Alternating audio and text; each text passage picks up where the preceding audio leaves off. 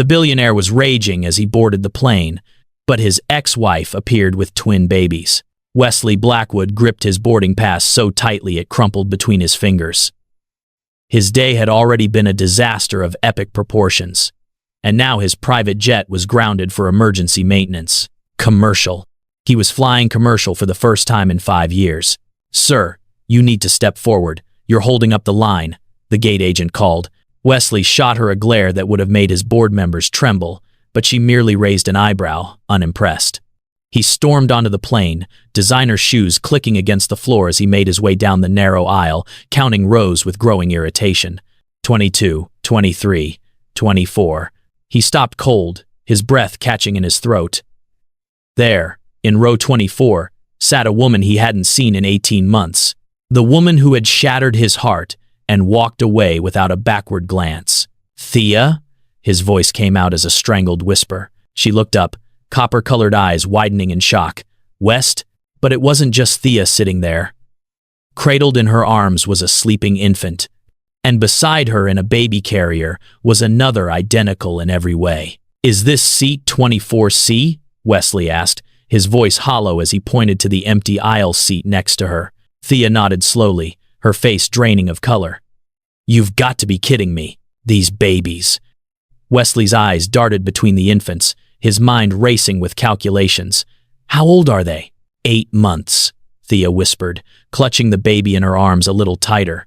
Wesley's knees nearly buckled. 8 months, plus 9 months of pregnancy. That would mean, "Are they mine?" The words escaped him before he could stop them, loud enough that several passengers turned to stare. Thea's eyes flashed with a storm of emotions, fear, defiance, and something that looked remarkably like guilt. "Not here," she hissed. "Not now. You kept my children from me?" His voice rose as 18 months of buried pain erupted. "How could you?" "Sir," a flight attendant interrupted firmly, "I need you to take your seat or move to the back of the aircraft. You're delaying departure." The twins began to stir, tiny faces scrunching with the beginnings of distress. Wesley slowly lowered himself into the seat beside the woman who had once been his wife, beside the children he never knew existed. As the plane began to taxi, he turned to face her, his voice barely controlled. "We have a 5-hour flight ahead of us, Thea, and you have a lot of explaining to do." 3 years earlier, Wesley Blackwood's life operated with the precision of a Swiss timepiece. Every minute accounted for, every decision calculated for maximum return. At 32, he had transformed his tech startup into Blackwood Innovations, a billion-dollar company revolutionizing medical diagnostics. Success came at a cost one he gladly paid, with 16-hour workdays and a non-existent personal life. Until Althea Monroe walked into his corporate headquarters. Thea wasn't impressed by his corner office or the Forbes cover framed on his wall.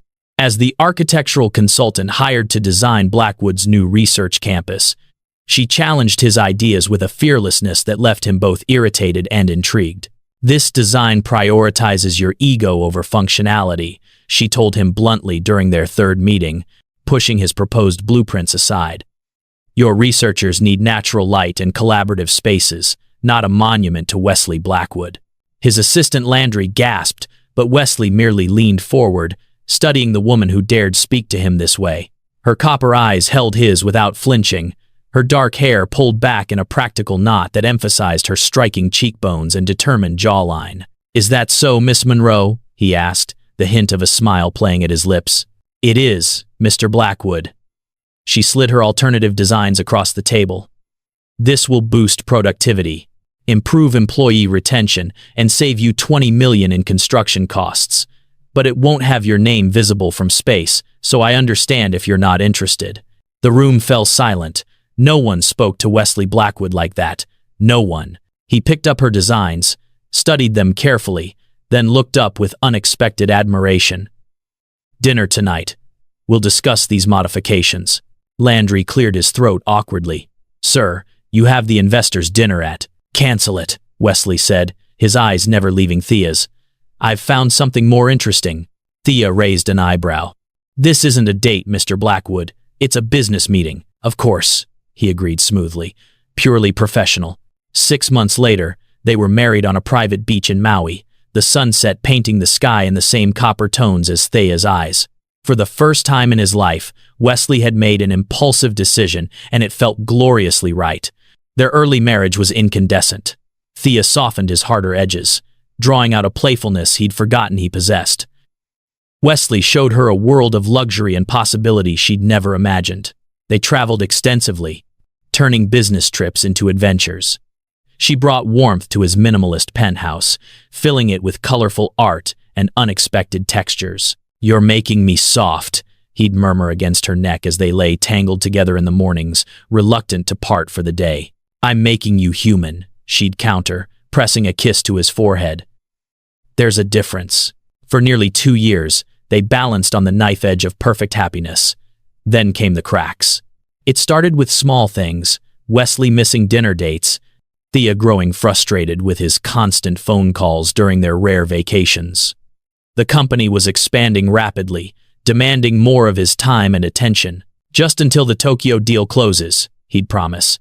"Things will calm down after that." But after Tokyo came Singapore. After Singapore, London. The promises piled up like unopened mail, each one meaning less than the last. Thea threw herself into her own work, taking on challenging projects that kept her traveling as well. When they were home together, the silences grew longer. The warmth between them cooled to politeness, then frosted into resentment. On their second anniversary, Thea sat alone at a reservation she'd made weeks in advance. Wesley called at 10:30 p.m., apologetic but distracted. "The Berlin team needed emergency consultation," he explained. "I couldn't step away." "You never can," Thea replied, her voice flat. "That's becoming abundantly clear." The real breaking point came 3 months later.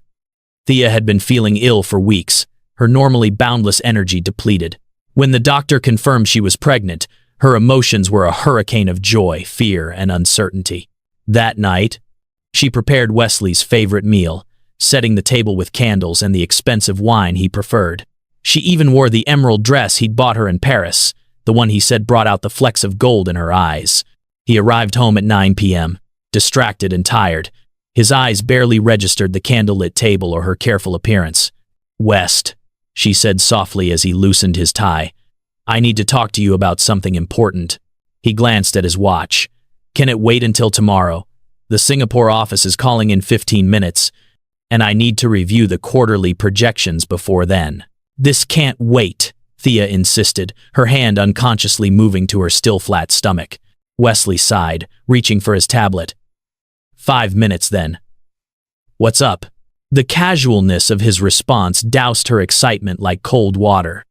She'd imagined this moment so differently, his face lighting up, champagne toasts, planning for their future family. Instead, he was checking his email while she tried to tell him he was going to be a father. "I'm pregnant," she said simply. His fingers froze over the screen. Slowly, he looked up, his expression unreadable. "You're what?" "Pregnant." 8 weeks. She tried to smile. "We're having a baby, West." He set the tablet down carefully, as if it might shatter. Are you sure?" It wasn't the response she'd hoped for. But at least he was focusing on her now. "Yes, I saw the doctor yesterday.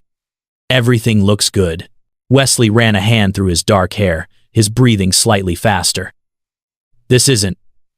We didn't plan this, Thea." "I know it's a surprise," she acknowledged, reaching for his hand. "But isn't it wonderful? A little boy or girl, or who knows, maybe both. The doctor said twins run in my family."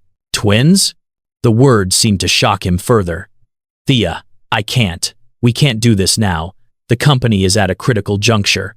The London expansion, the new product line, I'm working 18-hour days as it is." Thea withdrew her hand, the temperature in the room dropping further. "And when would be convenient for you, Wesley?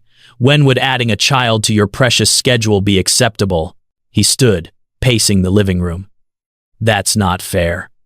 You know how important this phase is. I've worked my entire life for this.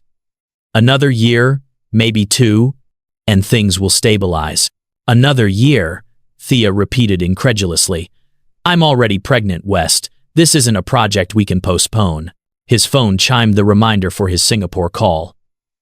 Wesley glanced at it, then back at his wife, visibly torn. "Take the call," Thea said coldly, standing up. "It's clearly more important." "That's not Thea. We need to discuss this rationally. Timing is everything in business and in life. We're not ready for a child." The word "we" struck her like a physical blow. "I'm ready," she said quietly. "I've been ready to build a real life with you, a family. But you're never going to be ready, are you? There will always be another deal, another expansion, another reason to push away anything that doesn't contribute to Blackwood Innovations." "That's not true," he protested, but his eyes darted to his phone again as it continued to chime. "Go ahead," she said, blowing out the candles one by one. "Singapore is waiting." Wesley hesitated, then answered the call, stepping into his home office and closing the door. When he emerged an hour later, Thea was gone. A note sat on the counter. "I won't raise our child alone while living with you. I deserve better. We deserve better." He tried calling her immediately, but she didn't answer. By morning, her assistant confirmed she'd taken an extended leave and wouldn't be reachable. By the end of the week, divorce papers arrived by courier. Wesley fought it at first, attempting to reach her through friends, family, even hiring a private investigator. But Thea had disappeared completely, cutting all ties to their shared life. The divorce proceeded in her absence, her attorneys handling everything. 6 weeks later, it was final. Wesley Blackwood was single again, his perfect life shattered by his own inability to recognize what truly mattered until it was gone. The months that followed were a blur of work and hollow achievements. Blackwood Innovations continued its meteoric rise. Wesley's personal fortune doubled, then tripled. From the outside, he appeared more successful than ever, ruthlessly effective, intimidatingly focused. Inside, he was a man haunted by regret, searching for his wife in the faces of crowds, wondering about the child he'd rejected before it was even born. 18 months of emptiness. 18 months of wondering what might have been, until fate placed him on Flight 1857 to San Francisco. In seat 24C, directly beside the woman who had walked away and the children he never knew existed, present day. "Sir, would you like something to drink?" The flight attendant's voice pulled Wesley from his thoughts. He blinked, realizing they were already at cruising altitude. "Water," he managed. "Just water." "For you, ma'am?" she asked Thea. "The same, please. And do you have any warm water for formula?" "Of course. I'll bring that right away." As the attendant moved on, silence fell between them again. The baby in Thea's arms, a girl, Wesley had determined from the tiny pink headband, was awake now, studying him with solemn eyes. Eyes that were unmistakably his own, a distinctive steel blue that had run in the Blackwood family for generations. "What are their names?" he asked, his voice rough with emotion. Thea hesitated, then answered softly, "This is Zara, and that's Zane." She nodded toward the carrier, where the boy was still sleeping peacefully. "Zara and Zane," Wesley repeated, testing the names on his tongue. "You always did like alliteration." A ghost of a smile crossed Thea's face. It wasn't intentional. The names just fit them. Wesley's hands tightened on his armrests. There were so many questions battling to be asked first, so much anger and hurt and wonder swirling inside him. "Why didn't you tell me?" he finally asked, keeping his voice low for the baby's sake. Thea's eyes flashed. "I did tell you. You made your position perfectly clear that night." "I was shocked, Thea, unprepared. But you disappeared before we could really talk about it." "What was there to talk about? You said we weren't ready, that your precious company was at a critical juncture, that children didn't fit into your timeline." She bounced Zara gently as the baby began to fuss. "I heard you loud and clear. So you decided to punish me by hiding my children from me for their entire lives." His voice rose slightly despite his efforts. "Lower your voice," Thea hissed. "And no, that wasn't my plan. I left because I couldn't bear to watch you prioritize everything above our family. I couldn't raise children with a ghost." "Then why the silence?" 18 months, Thea. No word, no pictures, nothing. She looked down at Zara, avoiding his gaze. "I tried to contact you once, after they were born." This was news to him. "What? When?" "They were 2 weeks old. I was overwhelmed, sleep-deprived, emotional. She swallowed hard. I called your office. Your assistant Landry said you were not to be disturbed under any circumstances, that you had given explicit instructions never to put my calls through again. Wesley felt like he'd been punched. I never gave those instructions. Never. Well, that's what he told me, and after that humiliation I decided you'd made your choice. I would raise them myself. The flight attendant returned with their waters and a cup of hot water for the formula. Thea expertly prepared a bottle one-handed, a skill born of necessity and practice. The domesticity of the movement struck Wesley, this accomplished, independent woman who had created an entire life without him. They're mine, he said, not a question this time, but a statement of fact. My children, Thea nodded slowly. Yes. Biologically, they're yours. Biologically, he repeated, anger flaring. They're mine in every way, Thea. I'm their father. A father is more than DNA, Wesley. It's presence, commitment, sacrifice. She tested the formula on her wrist. Things you made clear weren't priorities for you. The accusation stung because part of him knew she was right. The man he'd been when she left would have seen children as an inconvenience, a distraction from his ambitions. But losing her had changed him in ways she couldn't know. People can change, he said quietly.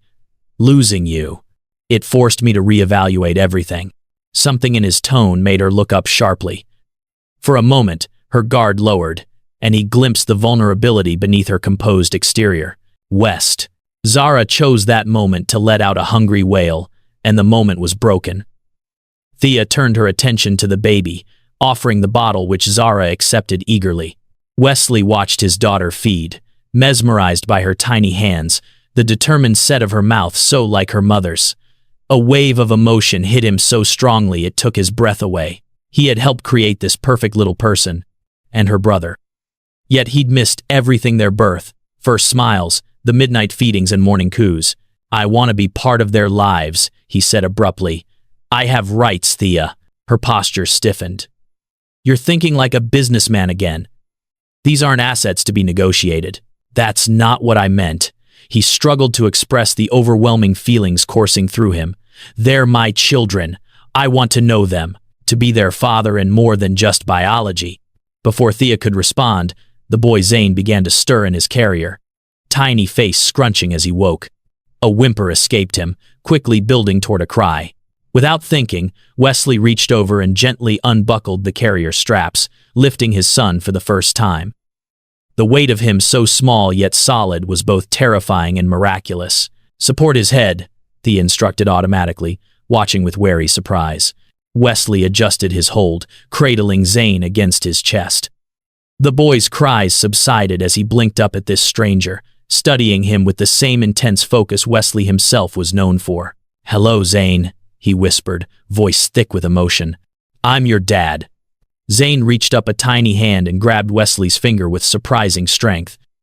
Something broke open inside Wesley's chest, a flood of love so intense it felt like physical pain. Thea watched the interaction, her own eyes glistening suspiciously. For a moment, they were just two parents with their children, the past temporarily suspended. He has your stubborn chin, she said softly. Wesley smiled, not taking his eyes off his son. And your curiosity. Look how he examines everything. They fell into an unexpected truce, comparing features the twins had inherited from each of them.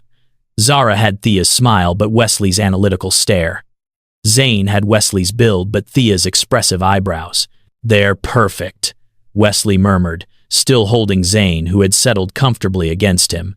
Absolutely perfect. For the next hour, they managed a careful peace, focused on the immediate needs of the twins. Wesley learned how to change a diaper at 35,000 feet, a skill he never imagined would be on his resume. Thea showed him how Zara liked to be rocked, how Zane preferred to be patted rhythmically on his back.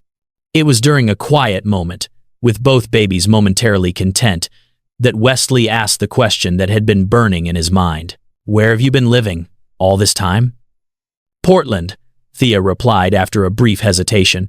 I have a small architectural consulting firm there now. Nothing fancy, but it allows me flexible hours for the twins. Wesley nodded slowly. And you're going to San Francisco because?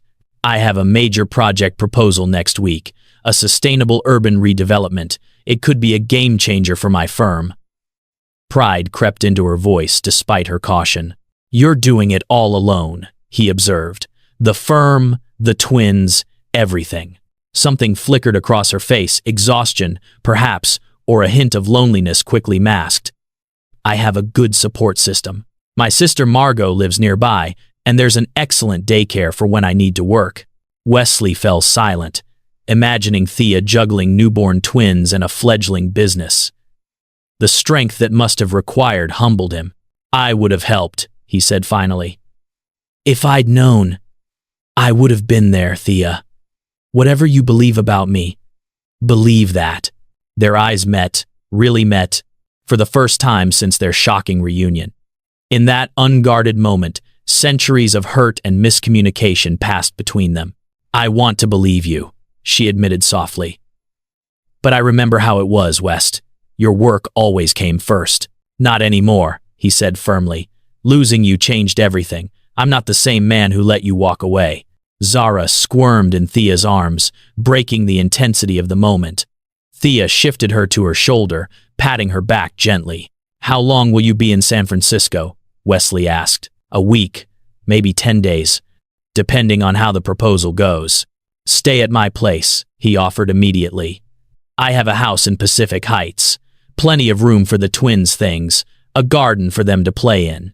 It would be more comfortable than a hotel. Thea's eyebrows rose. That's not appropriate, Wesley. I wasn't suggesting, he stopped, recalibrating. I meant I'll stay elsewhere. The house is yours while you're in town, for the twins' comfort. She studied him, searching for ulterior motives. Why would you do that? Because they're my children, Thea. And because... He hesitated, then finished honestly. Because I've missed 18 months of their lives already. I don't want to miss a single day more. The raw sincerity in his voice seemed to reach her. Thea glanced down at the twins, Zara drowsing against her shoulder, Zane contentedly playing with Wesley's silk tie. We'll stay at a hotel, she decided, but you can see them, if you want to. It was a small concession, but to Wesley, it felt like winning the lottery. I want to. Every day, if you'll allow it. Thea nodded slowly. We can figure out a schedule once we land. As if on cue, the captain announced they were beginning their initial descent into San Francisco. Zane yawned widely, his little face comically serious about the business of being tired. Wesley reluctantly returned him to his carrier, buckling him in with newfound expertise. I never thought I'd see you change a diaper, Thea remarked, a hint of her old teasing in her voice. Wesley smiled ruefully. I never thought I'd see a lot of things. Life has a way of surprising you. The plane descended through clouds, the familiar landscape of San Francisco appearing below them. For Wesley, the city suddenly looked different, not just the headquarters of his empire, but the place where his children would spend the next week, the place where, perhaps, he could begin to build a relationship with them. As they prepared for landing, Thea turned to him with a serious expression. Wesley, I need to be clear about something. I won't disrupt their lives for temporary interest on your part. If you want to be in their lives, it needs to be consistent, committed. I understand, he said solemnly.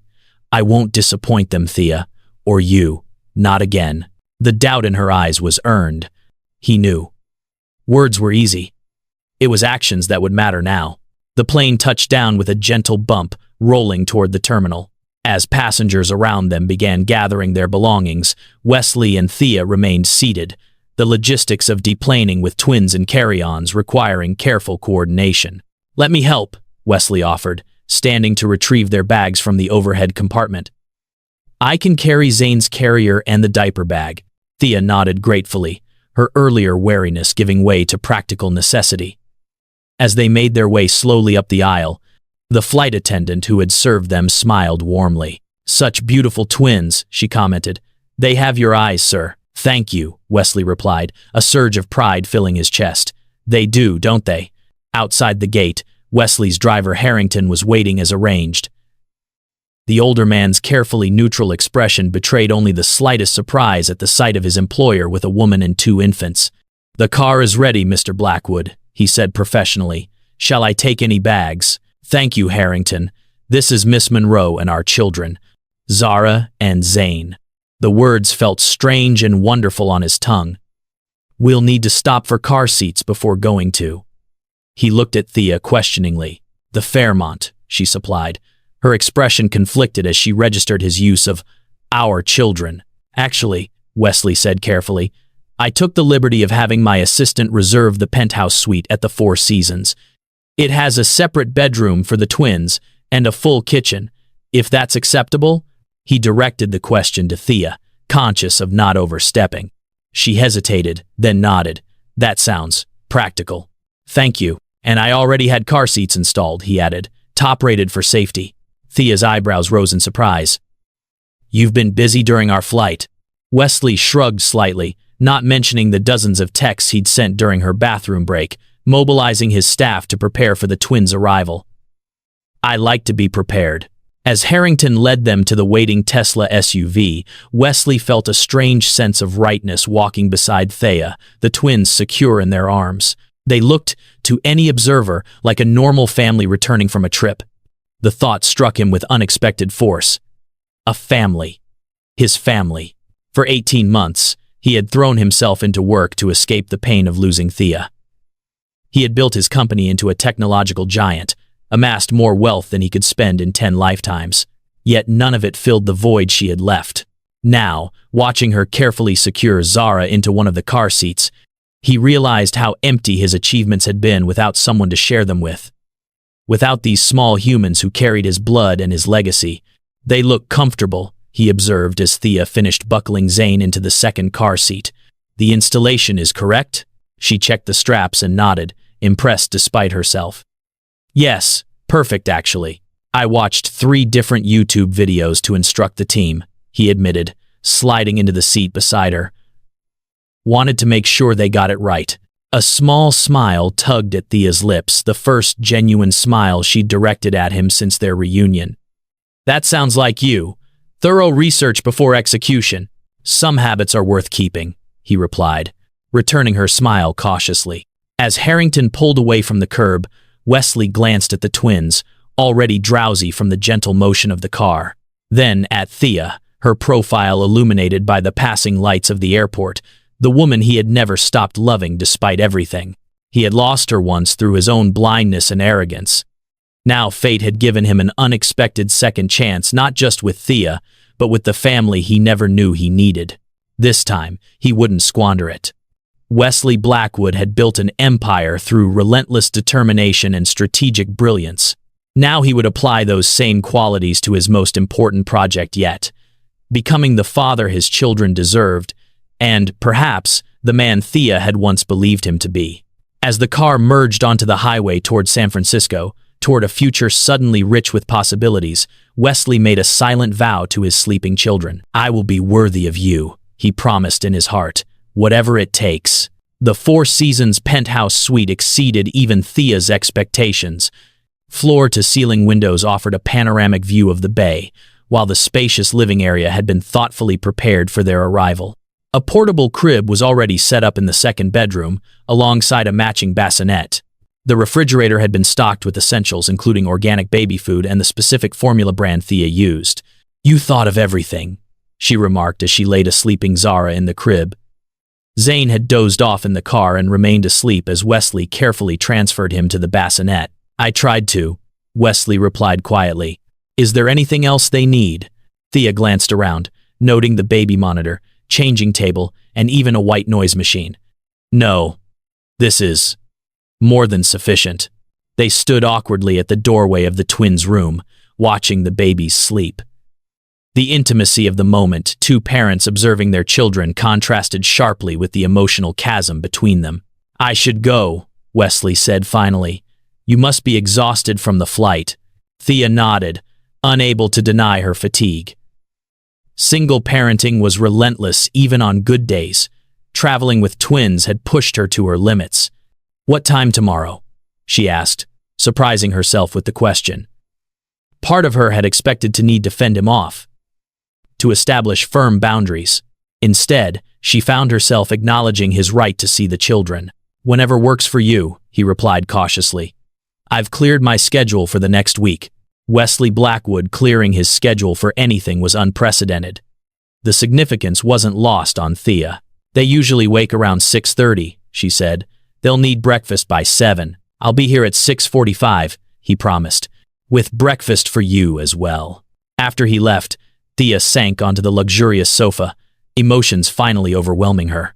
The shock of seeing Wesley again, the raw pain in his eyes when he realized he had children he never knew about, the gentle way he had held Zane despite his inexperience, it was all too much to process.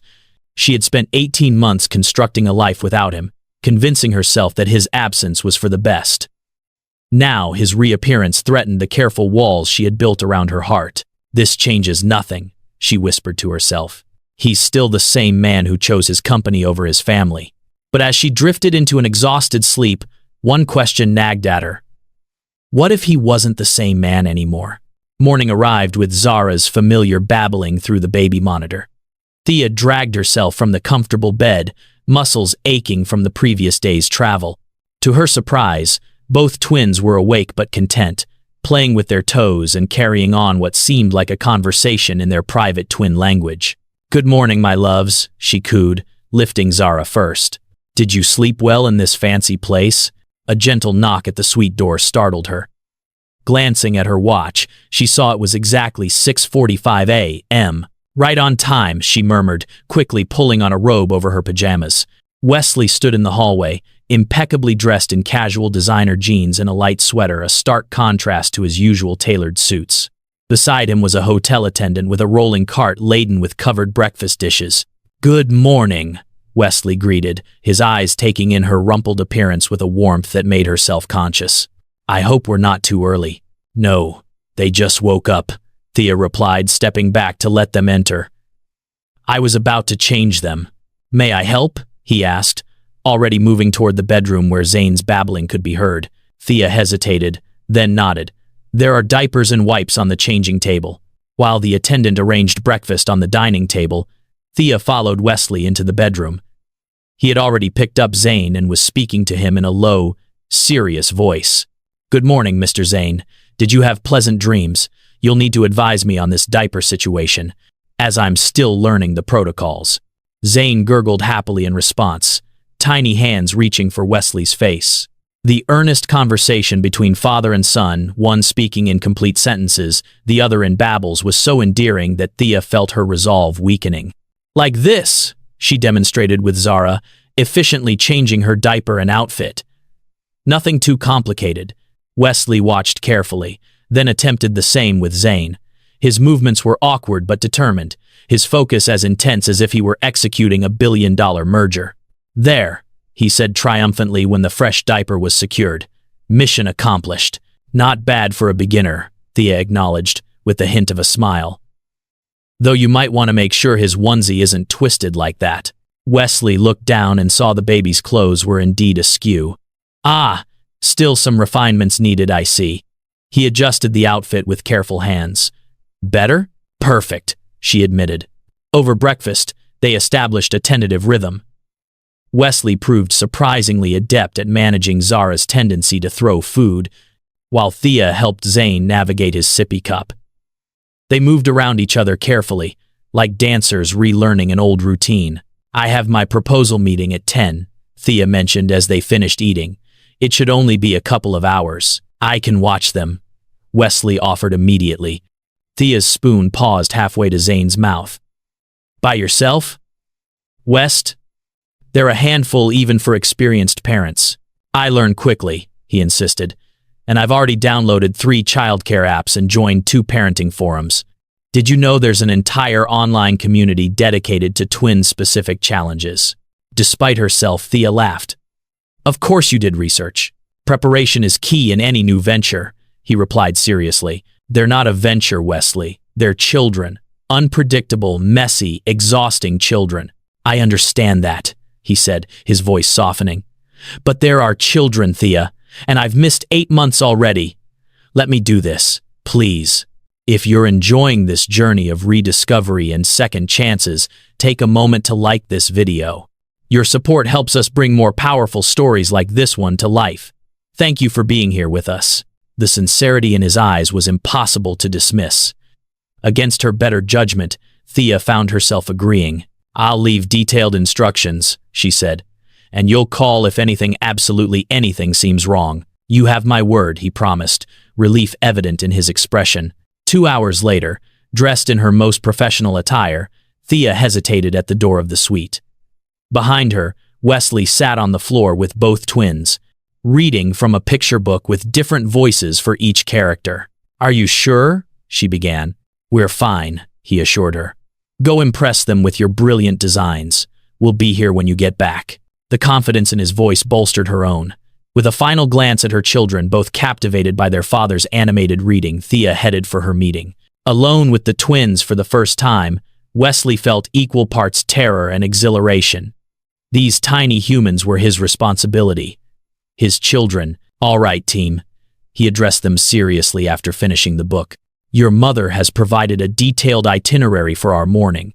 First on the agenda is playtime, followed by a nap at 11:30. We can handle this, right?" Zara responded by attempting to eat a plastic block, while Zane toppled sideways from his sitting position. "I'll take that as a vote of confidence," Wesley said, catching Zane before he hit the carpet. The next 2 hours were a crash course in parenting twins.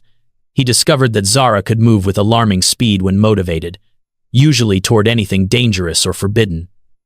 Zane, meanwhile, had a remarkable talent for finding the one thing in any room that wasn't baby-proofed. By 11, Wesley's designer sweater bore multiple mysterious stains, his hair was disheveled, and he had developed a newfound respect for Thea's daily fortitude. Yet beneath the chaos, he felt a growing connection with each baby, Zara's delighted giggle when he pretended to eat her toes, Zane's solemn concentration as Wesley built and rebuilt block towers for him to destroy. When nap time arrived, he faced his biggest challenge yet. Thea's instructions were clear. Rock them gently, sing quietly, lay them down drowsy but awake. "Any requests?" he asked as he settled into the rocking chair with both twins cradled awkwardly in his arms. "I should warn you," my singing voice cleared a karaoke bar once. He began with a quiet rendition of "You Are My Sunshine," the only lullaby he could remember in full. To his surprise, both babies grew still, their eyes growing heavy as he rocked steadily. "That's it," he encouraged softly. "Just like that, Dad's got you. Dad." The words still felt new on his tongue, yet somehow right. He was their father. Not just biologically, but in this moment, in this room, singing them to sleep. When Thea returned from her meeting, she found the suite surprisingly quiet. Following the sound of soft breathing to the twins' room, she paused in the doorway, her heart catching at the sight before her. Wesley was asleep in the rocking chair, head tilted back against the wall. On his chest, also sleeping peacefully, were both twins, their tiny bodies rising and falling with his breathing. One of his hands rested protectively on Zane's back, the other curved around Zara's tiny form. The vulnerability of the scene, the powerful billionaire completely surrendered to the needs of two small babies, brought unexpected tears to Thea's eyes. This was what she had imagined during her pregnancy, in those moments of weakness when she allowed herself to dream of reconciliation. As if sensing her presence, Wesley's eyes fluttered open. He blinked in confusion, then smiled drowsily at her. "Hi," he whispered. "How was the meeting?" "They loved the proposal," she replied softly, still watching the tableau they created. "How was your morning?" "Enlightening," he admitted. "They're extraordinary, Thea. Everything they do, even the diaper blowout, it's all miraculous." "Diaper blowout?" she repeated, eyebrows rising. "Handled and documented," he assured her. "I may have called my COO in a panic, but in my defense, the situation exceeded parameters described in any of the parenting forums." A laugh escaped her before she could stop it. "Welcome to parenthood. It's mostly operating outside known parameters. So, I'm discovering," he carefully shifted, mindful of the sleeping babies. "Here, help me transfer them to the cribs without waking them. I've learned that's an advanced maneuver." Together, they gently moved each twin, holding their breaths when Zara stirred briefly before settling again. The unconscious synchronicity of their movements reminded Thea of earlier days, when they had operated as a seamless team in everything from hosting dinner parties to renovating their first apartment. In the living room, Wesley rolled his shoulders, working out the stiffness from his unusual napping arrangement. I have newfound respect for what you've been doing alone all these months, he said seriously. It's humbling. You did well, Thea acknowledged, surprising herself with the admission. They seem comfortable with you already. Children are excellent judges of character, he replied with a hint of his old confidence. They recognize quality when they see it. She rolled her eyes, but couldn't suppress a smile. Some things haven't changed, I see. Some haven't, he agreed, his expression growing serious. I still care about you, Thea. That never changed. The directness of his statement caught her off guard. She busied herself arranging the twins' toys, avoiding his gaze. Wesley, I'm not pushing, he said quickly. I know I lost that right. I just wanted you to know. The awkward moment was broken by a message alert from his phone. Wesley glanced at it, his expression darkening. Everything okay? Thea asked. It's fine, he replied, typing a quick response. Just business. But the tension in his jaw told a different story. Thea recognized that look from their marriage problems at Blackwood Innovations that required his immediate attention. If you need to go, it's okay, she said carefully. The twins will nap for another hour at least. Wesley shook his head firmly. It can wait. Are you sure? You look concerned. He hesitated, then admitted, there's a situation with our newest medical diagnostic tool, potential software vulnerability that could compromise patient data. My team is handling it. But you'd normally be there, Thea guessed. Normally, yes. He met her eyes steadily. But today isn't normal. I'm exactly where I need to be. The simple statement carried weight beyond the words themselves. In their marriage, Wesley would have been out the door at the first sign of a company crisis, regardless of personal plans or commitments. The old me would have rushed out immediately, he acknowledged, reading her thoughts. But I've had 18 months to reconsider my priorities, Thea, to understand what I lost by always putting Blackwood first. She studied him, searching for signs of the driven, work-obsessed man she had left. Instead, she found someone both familiar and new, Wesley's characteristic intensity, now tempered with something that looked remarkably like wisdom. Tell me about them, he requested softly. Everything I missed. Their first smiles, when they started sitting up, all of it. So she did. Over lunch, while the twins continued their nap, Thea shared the journey of their first 8 months. The difficult delivery, where she had wished desperately for his hand to hold. Zane's colic that kept them up for weeks. Zara's early attempts to crawl that had her scooting backward instead of forward, frustrating her determined little personality.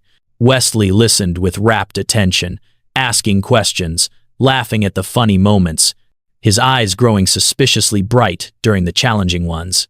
When she described how Zane had suffered a high fever at 3 months, requiring a terrifying midnight trip to the emergency room, his hand reached for hers instinctively across the table. I should have been there, he said hoarsely. You shouldn't have gone through that alone. I had my sister, Thea reminded him, gently withdrawing her hand. The warmth of his touch was too familiar, too dangerous to her resolve. It's not the same, he insisted. I'm their father. I should have been the one pacing hospital corridors with you, arguing with doctors, making sure you both had everything you needed. The raw emotion in his voice caught her off guard. This was a Wesley she had glimpsed only rarely during their marriage, the man beneath the billionaire's polished exterior, capable of deep feeling when his carefully constructed walls came down. We managed, she said softly. That's what you do as a parent. You find strength you didn't know you had. If this story of redemption and reconnection speaks to you, please show your support with a like and consider subscribing. Your engagement helps us bring more powerful stories to light. Wesley nodded slowly. You're remarkable, Thea. You always were, but seeing you as a mother. He shook his head, words failing him. I was a fool to risk losing you, the biggest mistake of my life. Before she could respond, Zara's cries came through the baby monitor, signaling the end of nap time. The moment broke, reality reasserting itself. The days fell into an unexpected pattern. Wesley arrived each morning, bringing breakfast and boundless enthusiasm for spending time with the twins. He accompanied them to the Children's Museum, to a nearby park, even to a baby swim class that left him more drenched than the infants. Each evening, he reluctantly departed, but not before helping with bath time and the bedtime routine. Thea watched his growing confidence with the babies, his willingness to learn from mistakes, his genuine delight in their smallest achievements. On the fourth day, as they pushed the twins' stroller through the Japanese tea garden in Golden Gate Park, Thea finally asked the question that had been nagging at her. What happens when we go back to Portland West? You can't commute to be part of their daily lives. Wesley had clearly anticipated the question. I've been thinking about that, he said carefully. Blackwood has a significant office in Portland. I could base myself there part of the week. Or, he hesitated, or you could consider moving back to San Francisco. Your architectural firm could expand here. I have connections that would ensure you had plenty of high-profile projects. I can't uproot their lives for your convenience, Thea replied, shaking her head.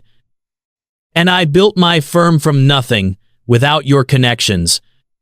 I'm not about to become dependent on them now. It was just a suggestion, Wesley said, backtracking. The important thing is figuring out a solution that lets me be present for them. And for you. If you're willing. The "for you" hung between them, laden with unspoken meaning. We're discussing co-parenting, Wesley. Nothing more, Thea reminded him, though her resolve felt shakier than it had days ago. Of course, he agreed quickly. Co-parenting. That's the priority. They walked in silence for a while, the peaceful garden at odds with the emotional turbulence between them. Zane and Zara watched the koi ponds with fascination, pointing and babbling excitedly. They love the water, Wesley observed. Maybe we should consider swimming lessons when they're older. The casual "we" wasn't lost on Thea. Despite her caution, she was beginning to think in terms of "we" as well, the four of them as a unit, making decisions together. It was a dangerous slope. Wesley, she began carefully. I need to be clear about something. I'm grateful for how you've stepped up for the twins. They deserve to know their father. But us, you and me, that's different. Too much happened. Too much time has passed. He stopped walking, turning to face her directly. Is that what you truly believe, that we can't find our way back to each other? I don't know what to believe anymore, she admitted. I spent 18 months convincing myself we were better apart, that you would never change, never truly put family first. And now you're here, canceling meetings to attend baby swim class, learning to fold tiny clothes. People can change, Thea, he said quietly. Losing you taught me that success means nothing if you're alone at the end of the day. If there's no one to share it with. She wanted to believe him. The evidence of change was before her eyes daily, the tender way he cared for the twins, his willingness to adjust his schedule around their needs, the absence of constant phone calls and emails that had characterized their marriage. I need time, she said finally. This is all happening so fast. Wesley nodded, accepting her boundary. Time is something I can give. Just promise me one thing, that you'll keep an open mind about what might be possible for us. Before she could respond, Zara began fussing insistently, ready for her afternoon bottle. The moment passed as they attended to the baby's needs, but Thea felt the weight of his request lingering between them. That evening, after Wesley had reluctantly said goodnight, Thea called her sister Margot back in Portland. He sounds different, Margot observed after listening to Thea's account of the past few days. But men like Wesley Blackwood don't change overnight, sis. Be careful. It hasn't been overnight, Thea pointed out. It's been 18 months. And losing someone you love can be a powerful motivator for change. Listen to yourself, Margot said gently. You still love him, don't you? The question hit Thea with unexpected force. Did she? Had those feelings survived the pain of separation, the challenges of single motherhood, the betrayal she had felt when he chose work over their family? It doesn't matter if I do, she replied finally. What matters is whether he's truly changed, whether he can be the father the twins deserve, and the husband you deserve, Margot added softly. After they hung up, Thea stood at the window overlooking the city lights, her mind racing. Wesley had been everything she could have asked for these past days, attentive, patient, fully present with the twins. But was it real? Was it lasting? Or would he eventually revert to the workaholic who had let her walk away? Her phone chimed with a message. From Wesley. Zane likes the elephant book read exactly 3 times before bed. Zara prefers the one about stars. Just realized I forgot to mention that earlier. Sleep well. Such a simple message, yet it revealed how closely he had been paying attention, how deeply he cared about even small details of their children's preferences. Thea found herself smiling as she typed a response. Noted. They're asleep now, but I'll remember for tomorrow. His reply came seconds later. I can't wait for tomorrow. Neither can I, she realized with a start. Neither can I. The following day brought unexpected complications. Thea's client requested major revisions to her proposal, requiring immediate attention. Meanwhile, both twins were fussy with what seemed to be emerging teeth. I can cancel my afternoon meeting, Wesley offered when he arrived to find Thea simultaneously trying to comfort Zara while making notes on her architectural plans. Stay with them while you work. I couldn't ask you to do that, she protested. It's an important meeting, isn't it? The software vulnerability issue. He shrugged. Larissa can handle it. She's been managing most of the day-to-day operations anyway since I reorganized my priorities. Thea raised an eyebrow. Reorganized your priorities? What does that mean exactly? Wesley took a fussing Zara from her arms, expertly soothing the baby against his shoulder. It means I've been transitioning more responsibility to my executive team over the past year. Delegating. Trusting others to handle what I used to micromanage. You? Delegating? Thea couldn't hide her skepticism. The man who once redid an entire marketing presentation at midnight because the font was insufficiently impactful? A smile quirked his lips at the memory. I was somewhat intense. Somewhat, she agreed dryly. Losing you changed me, Thea, he said, his smile fading. Made me reevaluate everything. What was the point of building Blackwood into a global entity if I destroyed everything personal in the process? There was such sincerity in his voice that Thea found herself believing him. The Wesley she had married would never have voluntarily stepped back from operational control of his company. Yet here he was, offering to miss an important meeting to care for fussy infants while she worked. All right, she conceded. If you're sure, I'll need a few hours to complete these revisions. Take all the time you need, he assured her. Zane, Zara and I will have a thrilling adventure in teething management. True to his word, Wesley managed the twins with impressive capability, despite their discomfort. When Thea emerged from her makeshift office hours later, she found him reading to them in a blanket fort he had constructed in the living room. This is where the brave knights Zane and Zara defend their kingdom against the terrible teething dragon, he explained, when she raised a questioning eyebrow at the elaborate structure. Zane, momentarily distracted from his discomfort, waved a plastic spoon like a sword. Zara was contentedly gumming a frozen washcloth, another of Wesley's solutions. You're good at this, Thea said, joining them inside the fort. Better than I expected. High praise indeed, he replied with a grin. Though I'll admit there was a moment of panic when they both started crying simultaneously. Fortunately, YouTube has tutorials for everything, including how to hold two babies at once. She laughed, the sound lighter than it had been in months. You watched tutorials? Of course, I approach all new ventures with thorough research. There's that word again. Venture. Poor word choice, he acknowledged. Though in my defense, fatherhood is the most important venture I've ever undertaken. It deserves the same dedication I'd give to any crucial project. The sincerity beneath his playful tone touched her. This was the Wesley she had fallen in love with years ago, brilliant, intense, but capable of surprising tenderness when it mattered most. Thank you, she said softly, for today, for all of it. Their eyes met in the soft light filtering through the blankets. For a moment, the years fell away, and they were just Wesley and Thea again, the connection between them powerful and undeniable. Zara chose that moment to throw her washcloth, hitting Wesley squarely in the face with the soggy cloth. He laughed, breaking the tension of the moment. Excellent aim, little warrior, he commended, wiping his face. You'll be a formidable business negotiator someday. As they emerged from the fort to prepare dinner, Wesley's phone rang the specific tone he had assigned to urgent company matters. He glanced at it, hesitated, then declined the call. You can take it, Thea said. We'll manage dinner. Wesley shook his head. They can leave a message. The phone rang again immediately. Whatever it was, it seemed genuinely urgent. West, Thea said firmly. Take the call. It's okay.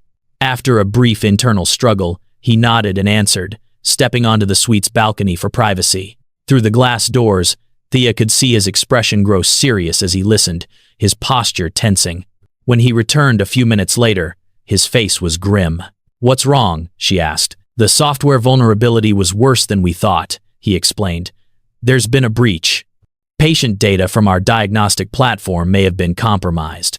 "That's serious," Thea acknowledged, recognizing the potential damage to both patients and the company. "Yes." He ran a hand through his hair, a familiar gesture of stress. "The team needs me there. Tonight. Now." Thea waited for the familiar disappointment to hit the knowledge that once again, Blackwood Innovations would take priority over family time.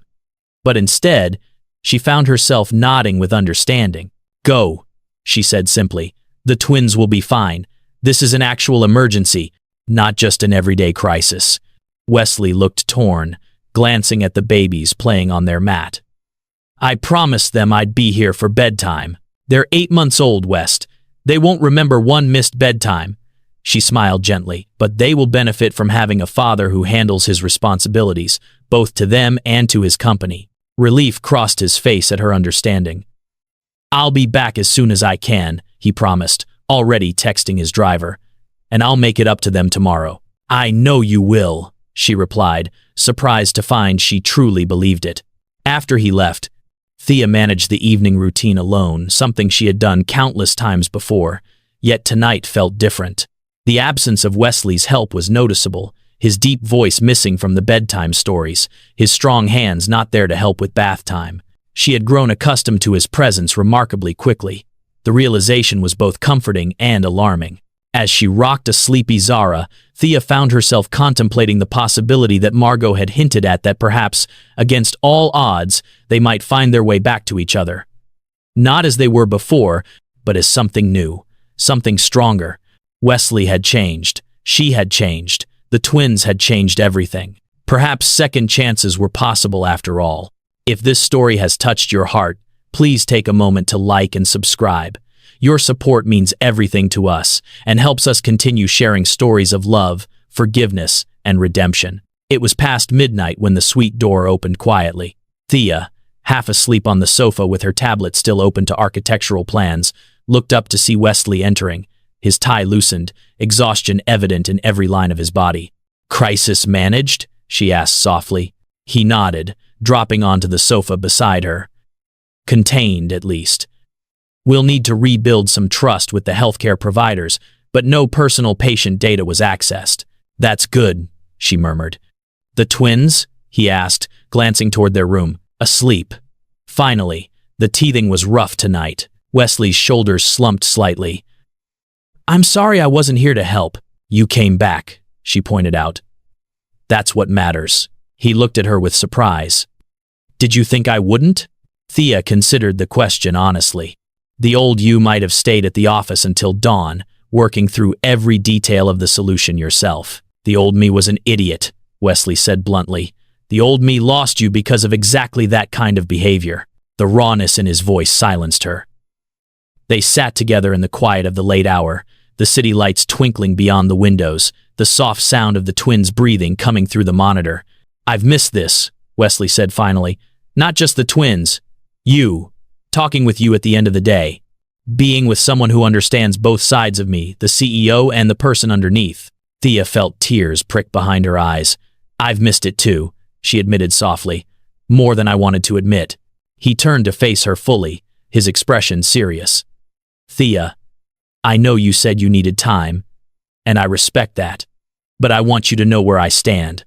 I love you. I never stopped loving you, even when I was too blind to show it properly. West, let me finish, please." He took a deep breath. "These past days with you and the twins have been the happiest of my life. I want more days like this, not just occasional visits or scheduled parenting time. I want us to be a family, in every sense." The sincerity in his eyes was unmistakable.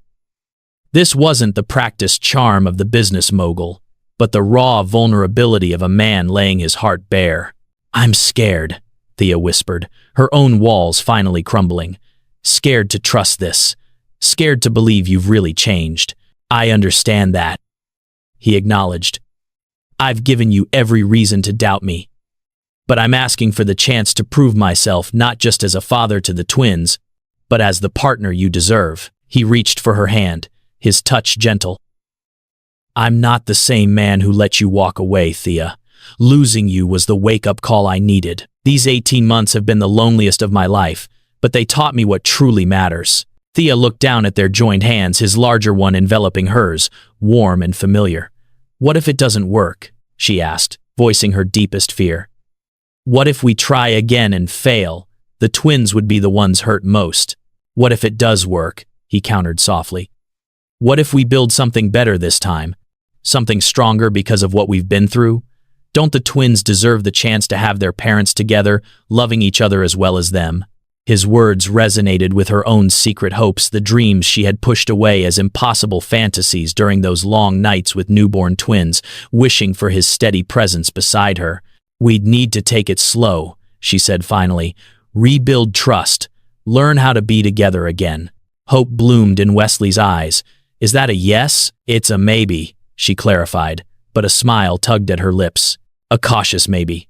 For Wesley Blackwood, who had built an empire on decisive action and bold strategies, a cautious maybe might once have been insufficient. But as he gazed at the woman he had almost lost forever, the mother of his children, it felt like the most precious gift imaginable. "I'll take it," he said softly, bringing her hand to his lips in a gesture of reverence. "And I'll spend every day earning your trust until maybe becomes yes." As if on cue, a small cry came through the baby monitor Zane, likely disturbed by his teething discomfort again. "I'll get him," Wesley said, rising immediately. Thea watched him move quietly to the twins' room, listened as he murmured soothing words to their son. The tenderness in his deep voice as he comforted Zane spoke volumes about the man he had become. Perhaps second chances weren't just possible, perhaps they were meant to be. In the quiet of that San Francisco night, with her children safely under the same roof as both their parents for the first time in their lives, Thea allowed herself to believe in new beginnings, in redemption, in love strong enough to survive mistakes and separation and find its way home again. After all, the most beautiful journeys often begin with unexpected detours, and sometimes the angriest billionaire boarding a plane might just find everything he never knew he needed, in the form of an ex-wife and twin babies who changed his world forever. Thank you for joining me on this emotional journey of love and redemption. If this story touched your heart, please hit the like button and subscribe to our channel for more powerful narratives about life, love, and second chances. Your support means the world to us, and we can't wait to share more stories that remind us of what truly matters. Until next time, remember that sometimes what seems like an ending is really just the beginning of something beautiful.